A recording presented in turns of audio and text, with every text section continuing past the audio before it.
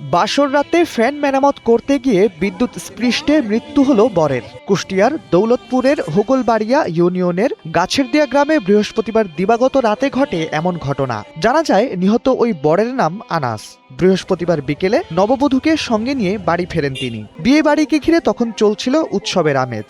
রাতে বাড়ির আঙিনায় প্যান্ডেল করে নাচ গানের আয়োজন করা হয়। এক পর্যায়ে প্যান্ডেলের পাশে চেয়ারে বসে থাকা আনাসের ওপর একটি স্ট্যান্ড ফ্যান এসে পড়ে। ফ্যানটি বিদ্যুতায়িত থাকায় সেটির সংস্পর্শে এসে বিদ্যুৎস্পৃষ্ট হন তিনি। পরে স্বজন ও স্থানীয়রা তাকে উদ্ধার করে দ্রুত কুষ্টিয়া 150 শয্যা বিশিষ্ট জেনারেল হাসপাতালে নেওয়ার চেষ্টা করেন। তবে হাসপাতালে নেওয়ার পথেই আনাসের মৃত্যু হয়। পুলিশ ও স্থানীয় সূত্রে জানা গেছে, ঘটনা ঘটার প্রায় 2 মাস আগে আনাসের বিয়ে হয়। শুক্রবার আনাসের বাড়িতে বৌভাতের আয়োজন করা হয়েছিল, কিন্তু তার আগেই এমন মর্মান্তিক দুর্ঘটনা পরিবারের সব আনন্দকে যেন বিষাদে পরিণত করেছে।